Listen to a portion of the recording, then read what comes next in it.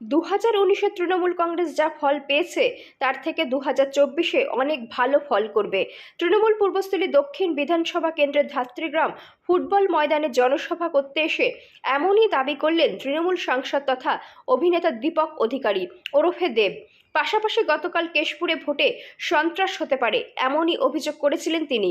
জানিয়ে ধাত্রীগ্রামের সভাতেও মুখ খুললেন তিনি বলেন, আমরা এমন একটি আশঙ্কা করে গতকাল আমরা এসপিকে জানিয়েছি। আমি চাই খবরটি ভুল হোক এবং মানুষ শান্তিতে ভোট দিক। আমার কাছে গুরুত্বপূর্ণ মানুষকে বাঁচিয়ে রাখা। এই সিটটা নিয়ে না, আপনার ভেরি গুড খুব ভালো রেসপন্স। আমি এটুকু বলছি, তোমাদের ক্যামেরার সামনেই বলছি যে 2019-এ যা ফল পেয়েছিল কংগ্রেস, তার থেকে অনেক বেশি ফল এবারে 2024-এ পেতে চলেছে এবং মানুষের রায় এবারে পুরোপুরি তৃণমূল কংগ্রেসের প্রতি থাকবে। আরেকটা বিষয়, কালকে আপনারা বিস্ফোরক অভিযোগ করলেন কেশপুরে যে কোনো সময় খুন হতে পারে, মানে সেটা বিজেপি কর্মী খুন করে।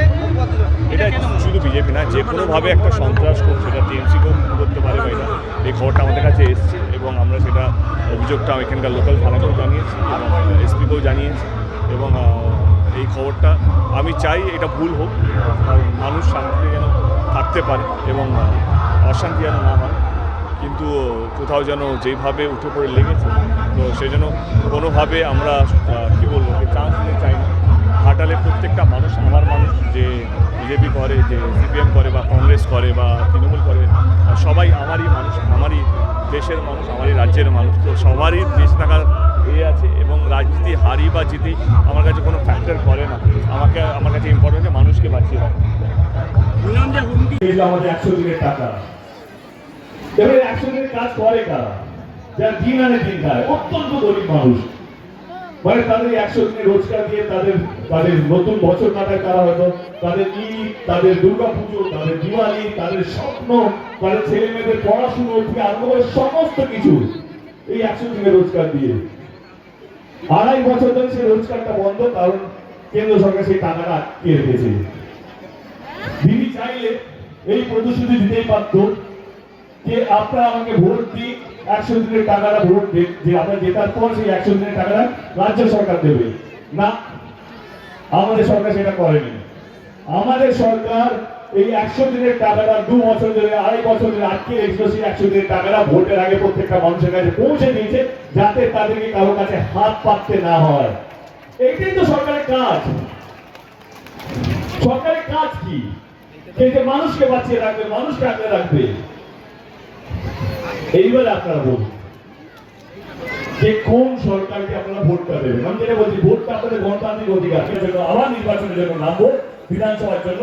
আমি নয়, মঞ্চে বসে প্রত্যেকটা মানুষ দলের কাজ আপনাদের সামনে রাখবে এবং 15 বছর হবে, তখন আমরা 15টা না 50টা কাজ রাখবো আমরা, যে আমাদের দল কি করেছে গত 15 বছর ধরে।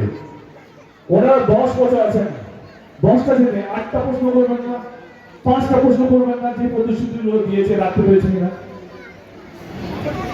প্রশ্ন করতে শিখুন, আমার মনে হয়, তবে কি দেশটা উন্নতি করবে।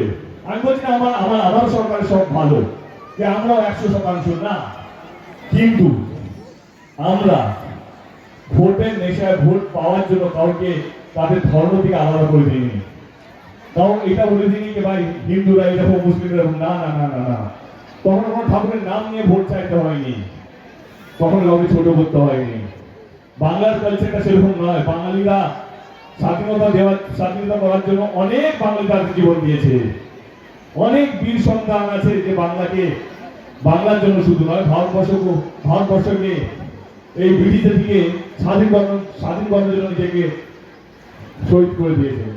বাংলার মাটি সেরকম মাটি নয়। আর আমার বাঙালি ভাই বোনদের একটাই, যে 13 তারিখে যদি আপনাদের মনে হয় যে আমাদের সরকার, আমাদের নেত্রী, আমাদের প্রার্থী, আমাদের কর্মীরা মানুষকে ভালো রাখার রাজনীতি করেছে, তাহলে আপনারা চোখ বন্ধ করে জানেন 13 তারিখে আপনারা কাকে ভোট